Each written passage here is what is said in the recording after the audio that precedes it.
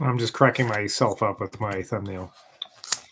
Ah, my readers will probably be surprised to hear that the great Dr. Johnson could amuse himself with so slight and playful a species of composition as a charade. I have recovered one which he made on Dr. Barnard, now Lord Bishop of Killaloe, who has been pleased for many years to treat me with so much intimacy and social ease that I may presume to call him not only my right reverend, but my very dear friend. I therefore with peculiar pleasure give to the world a just and elegant compliment thus paid to his lordship by Johnson. Charade. Okay, so there's some footnotes here. I don't know what the hell they mean, so I'm going to skip them till the end, maybe. My first shuts out thieves from your house or your room.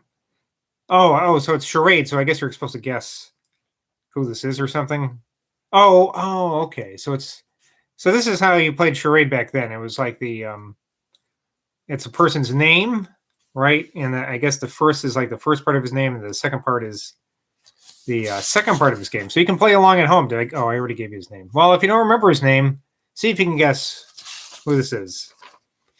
My first, that's meaning the first part of his name, shuts out thieves from your house or your room. My second expresses a Syrian perfume. You're never going to get this. Never mind.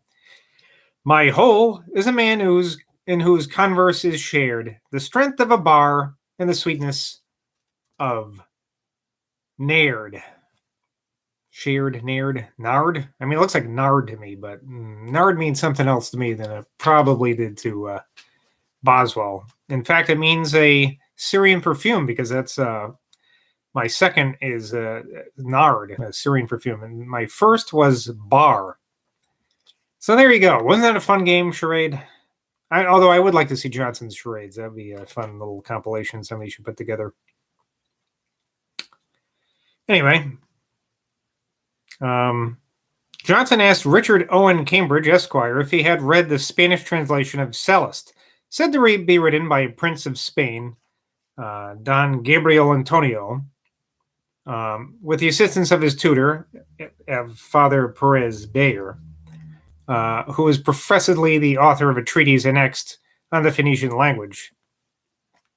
Mr. Cambridge commended the work particularly, as he thought the translator understood his author better than is commonly the case with translators, but said he was disappointed in the purpose for which he borrowed the book, to see whether a Spaniard could be better furnished with inscriptions from monuments, coins, or other antiquities, which he might more probably find on a coast so immediately opposite to Carthage than the antiquaries of any other countries.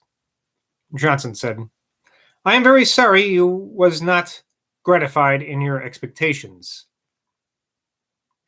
You was not, says Johnson, the learned man of the time.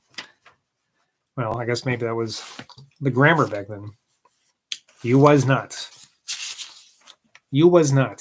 I can't stop saying that. Cambridge answered, the language would have been of little use, as there is no history existing in that tongue to balance the partial accounts which the Roman writers have left us.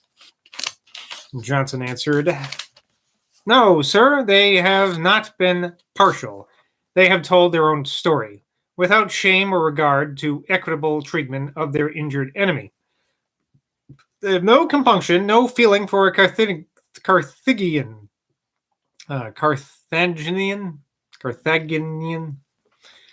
Why, sir, they would never have borne Virgil's description of Aeneas's treatment of Dido, as she had not been a Carthaginian. I gratefully acknowledge this and other communications from Mr. Cambridge, whom, if a beautiful villa on the banks of the Thames, a few miles distant from London, a numerous and excellent library, which he accurately knows and reads, a choice collection of pictures, which he understands and relishes, an easy fortune, an amiable family, an extensive circle of friends and acquaintances, distinguished by rank, fashion, and genius, a literary fame, vigorous, elegant, and still increasing, colloquial talents rarely to be found, and with all these means of happiness, enjoying, when well advanced in years, health and vigor of body, serenity and animation of mind, do not entitle to be addressed Fortunate Senex, happy old man. I know not to whom, in any age, that expression could with propriety have been used. Long may he live to hear and to feel it. Johnson's love of little children, which he discovered upon all occasions, calling them pretty dears, and giving them sweet meats, was an undoubted proof of the real humanity and gentleness of his disposition. His uncommon kindness to his servants and serious concern, not only for their comfort in this world, but their happiness in the next, was another unquestionable evidence of what all who were intimately acquainted with him knew to be true. Nor would it be just under this head to omit the fondness which he showed for animals which he had taken under his protection. I never shall forget the indulgence with which he treated Hodge, his cat. Oh, here we go. Here's the famous cat passage. For whom he himself used to go out and buy oysters, lest the servants, having the trouble, should take a dislike to the poor creature. I am unluckily one of those who have an antipathy to a cat, so that I am uneasy when in the room with one, and I own I frequently suffered a good deal from the presence of this same Hodge. I recollect him one day scrambling up Dr. Johnson's breast, apparently with much satisfaction, while my friend, smiling and half whistling, rubbed down his back and pulled him by the tail. And when I observed he was a fine cat, saying, "Why, yes, sir, but I have had cats whom I liked better than this," and then, as if perceiving Hodge to be out of countenance, adding, "But he is a very fine cat. A very fine cat indeed."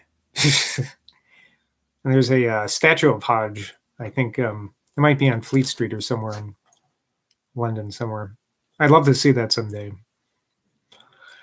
This reminds me of the ludicrous accounts which he gave Mr. Langton of the despicable state of a young gentleman of good family. Sir, when I heard of him last, he was running about town shooting cats. And then, in a sort of kindly reverie, he bethought himself of his own favorite cat and said, "But Hodge shan't be shot. No, Hodge shall not be shot." He thought Mr. Beauclerk made a shrewd and judicious remark to Mr. Langton, who, after having been for the first time in company with a well-known wit about town, was warmly admiring and praising him. "See him again," said Beauclerk. His respect for the hierarchy, and particularly the dignitaries of the church, has been more than once exhibited in the course of this work. Mr. Seward said saw him presented to the Archbishop of York and described his bow to an archbishop as such a studied elaboration of homage, such an extension of limb, such a flexion of body, as have seldom or ever been equaled. I cannot help mentioning with much regret that by my own negligence I lost an opportunity of having the history of my family from its founder, Thomas Boswell, in 1504, recorded and illustrated by Johnson's pen. Such was his goodness to me that when I presumed to solicit him for so great a favor, he was pleased to say, "Let me have all the materials you can collect, and I will do it both in Latin and English. Then let it be printed and copied, and copies of it be deposited in various places for security and preservation. I can now only do the best I can to make up for this loss, keeping my great master steadily in view.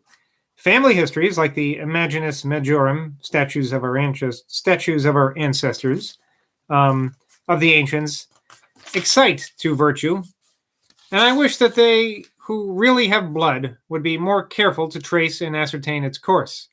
Some have affected to laugh at the history of the House of Yevery, written by John Earl of Edgemont. It would be well if many others would transmit their pedigrees to posterity with the same accuracy and generous zeal with which the noble lord who compiled that work has honored and perpetuated his ancestry."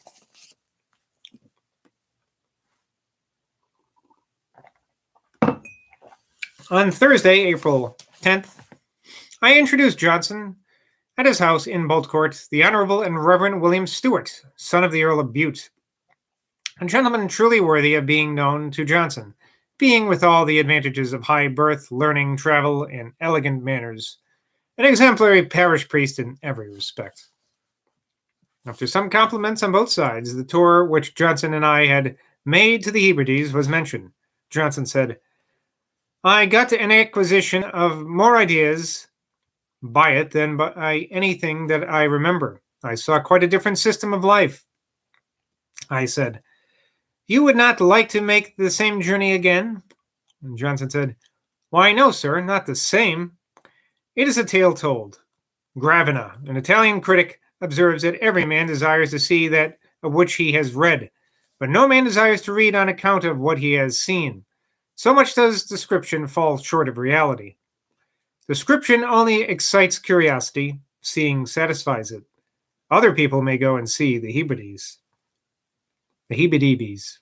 I don't know if Hebrides, maybe I've been pronouncing that wrong this whole time. I said, or Boswell said, I should wish to go and see some country totally different from what I have been used to, such as Turkey, where religion and everything else are different. Johnson said, yes, sir, there are two objects of curiosity, the Christian world and the Mohammedan world. All the rest may be considered as barbarous. I said, pray, sir, is the Turkish Spy a genuine book? Johnson said, no, sir. Mrs. Manley, in her life, says that her father wrote the first 2 volumes, and in another book, Dunton's Life and Errors, we find that the rest was written by one Salt, as 2 guineas a sheet, under the direction of Dr. Midgley. There's a footnote here from a later editor going, actually, the real author was I.P. Mantera, a Genoese who died at Paris in 1693.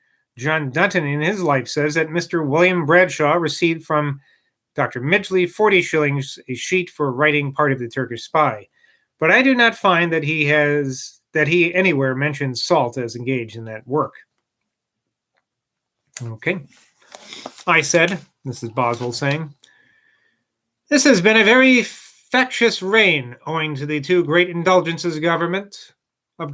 Johnson said, I think so, sir. What at first was leniency grew timidity. Yet this is reasoning a posteriori from effect to cause. It may not be just. Supposing a few had at first been punished, I believe faction would have been crushed. But it might have been said that it was a sanguinary reign. A man cannot tell a priori, that is, from cause to effect, what will be best for government to do. This reign has been very unfortunate. We have had an unsuccessful war, but that does not prove that we have been ill-governed. One side or other must prevail in war, as one or other must win at play. When we beat Louis, we were not better governed, nor were the French better governed when Louis beat us. On Saturday, April 12th, I visited him in company with Mr. Wyndham, of Norfolk, whom, though a Whig, he highly valued. One of the best things he ever said was that to this gentleman, who, before he set out for Ireland as secretary to Lord Northington, when Lord Lieutenant, expressed to the sage some modest and virtuous doubts whether he could bring himself to practice those arts which it is supposed a person in that situation has occasion to employ. Don't be afraid, sir, said Johnson with a pleasant smile. You will soon make a very pretty rascal.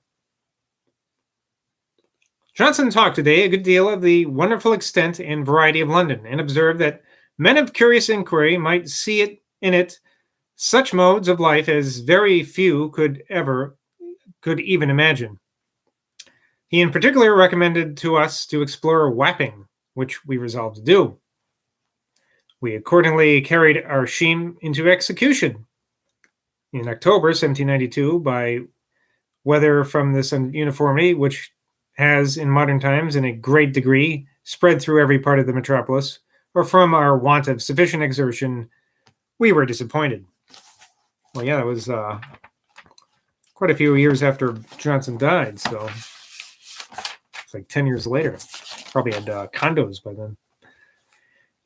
Mr. Lowe, the painter who was with him, was very much distressed that a large picture which he had painted was refused to be received into the exhibition of the Royal Academy. Mrs. Thrale knew Johnson's character so superficiality as to represent him as unwilling to do small acts of benevolence, and mentions, in particular, that he would hardly take the trouble to write a letter in favor of his friends.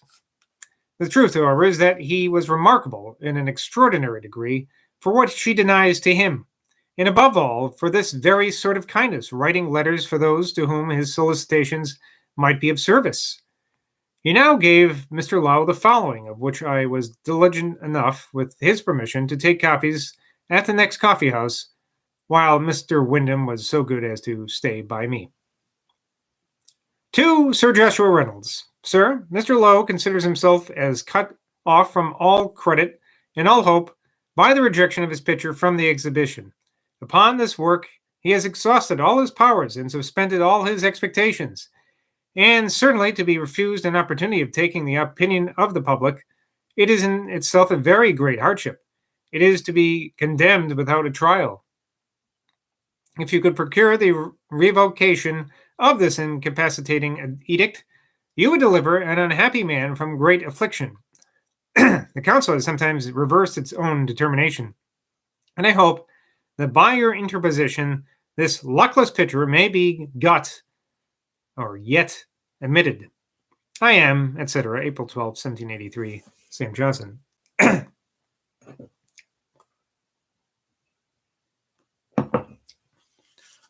To Mr. Barry. Sir, Mr. Lowe's exclusion from the exhibition gives him more trouble than you and the other gentlemen of the council could imagine or intend. He considers disgrace and ruin as the inevitable consequence of your determination. He says that some pictures have been received after rejection, and if there be any such precedent, I earnestly entreat that you will use your interest in his favor. Of his work I can say nothing. I pretend not to judge of painting, and this picture I never saw. But I conceive it extremely hard to shut out any man from the possibility of success, and therefore I repeat my request that you will propose the reconsideration of Mr. Lowe's case, and if there be any among the council with whom my name can have any weight, be pleased to communicate to them the desire of, Sir, your most humble servant, April 12, 1783, Sam Johnson. Such intercession was too powerful to be resisted, and Mr. Lowe's performance was omitted at Somerset Place. The subject, as I recollect, was the deluge, at that point of time when the water was verging to the top of the last uncovered mountain. Near to the spot was seen the last of the antediluvian race, exclusive of those who were saved in the ark of Noah. This was one of those giants, then the inhabitants of the earth, who had still strength to swim, and with one of his hands held aloft his infant child. Upon the small remaining dry spot appeared a famished lion, ready to spring at the child and devour it. Mr. Lowe told me that Johnson said to him, Sir, your picture is noble and probable. A compliment indeed, said Mr. Lowe, from a man who cannot lie and cannot be mistaken. About this time, Johnson wrote to Mrs. Lucy Porter, mentioning his bad health, and that he intended a visit to Lichfield. It is, said he, with no great expectation of amendment that I make every year a journey into the country. But it is pleasant to visit those whose kindness has been often experienced. All right. So until next time, bye from Boswell. Cheers.